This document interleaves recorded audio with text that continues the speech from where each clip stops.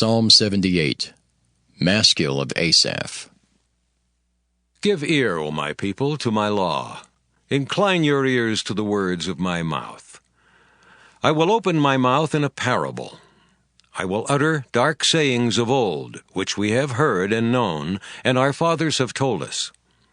We will not hide them from their children, showing to the generation to come the praises of the Lord, and his strength, and his wonderful works that he hath done. For he established a testimony in Jacob, and appointed a law in Israel, which he commanded our fathers, that they should make them known to their children, that the generation to come might know them, even the children which should be born, who should arise and declare them to their children, that they might set their hope in God, and not forget the works of God, but keep his commandments, and might not be, as their fathers, a stubborn and rebellious generation, a generation that set not their heart aright, and whose spirit was not steadfast with God. The children of Ephraim, being armed and carrying bows, turned back in the day of battle. They kept not the covenant of God, and refused to walk in his law, and forgat his works and his wonders that he had showed them. Marvelous things did he in the sight of their fathers, in the land of Egypt, in the field of Zoan. He divided the sea, and caused them to pass through, and he made the waters to stand as an heap. In the daytime also he led them with a cloud, and all the night with a light of fire. He clave the rocks in the wilderness, and gave them drink as out of the great depths. He brought streams also out of the rock, and caused waters to run down like rivers. And they sinned yet more against him by provoking the Most High in the wilderness. And they tempted God in their heart by asking meat for their lust. Yea, they spake against God. They said, Can God furnish a table in the wilderness? Behold, he smote the rock that the waters gushed out and the streams overflowed. Can he give bread also? Can he provide flesh for his people?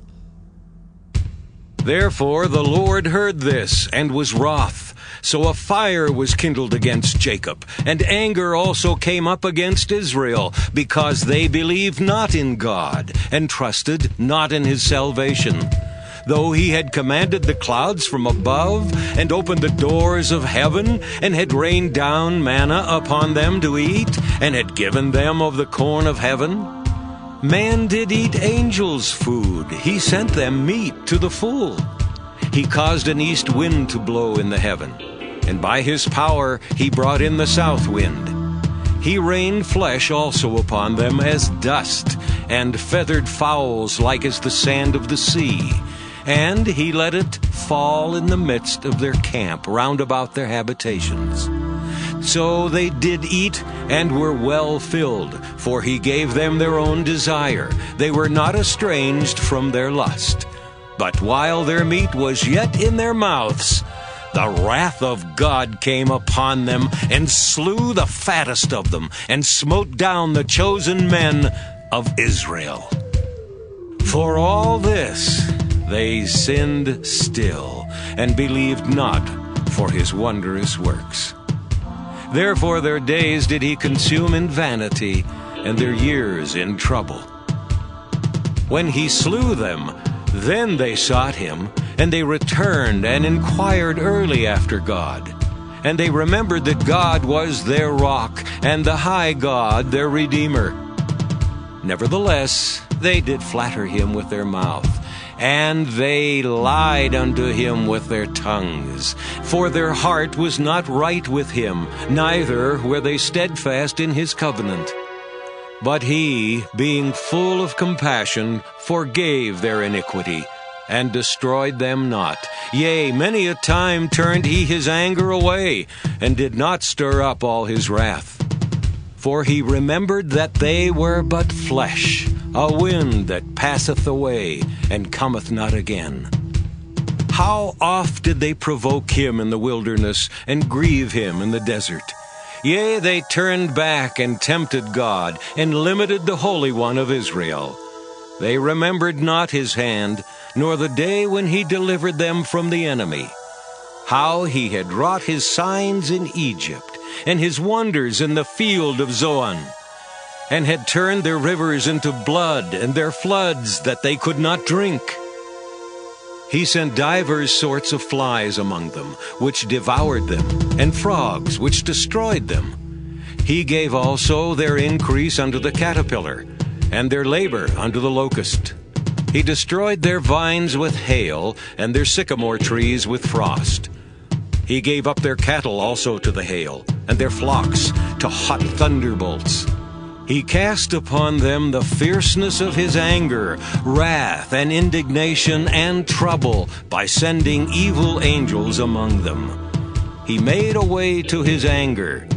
He spared not their soul from death, but gave their life over to the pestilence, and smote all the firstborn in Egypt, the chief of their strength in the tabernacles of Ham, but made his own people to go forth like sheep, and guided them in the wilderness like a flock. And he led them on safely, so that they feared not. But the sea overwhelmed their enemies. And he brought them to the border of his sanctuary, even to this mountain, which his right hand had purchased. He cast out the heathen also before them, and divided them an inheritance by line, and made the tribes of Israel to dwell in their tents.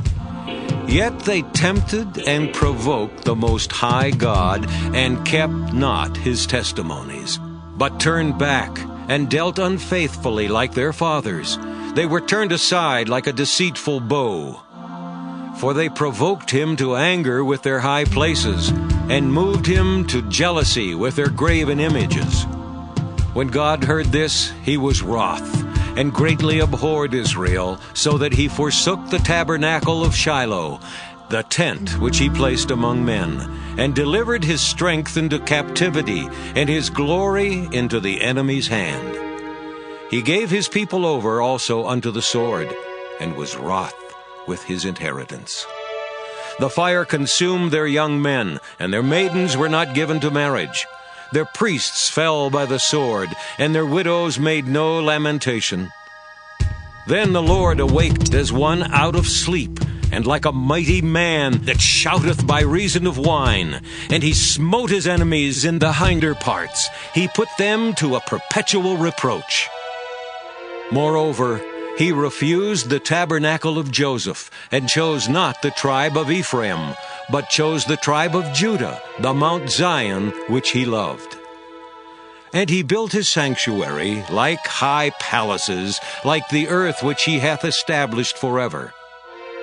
He chose David also, his servant, and took him from the sheepfolds. From following the ewes, great with young, he brought him to feed Jacob his people, and Israel his inheritance. So he fed them according to the integrity of his heart, and guided them by the skillfulness of his hands.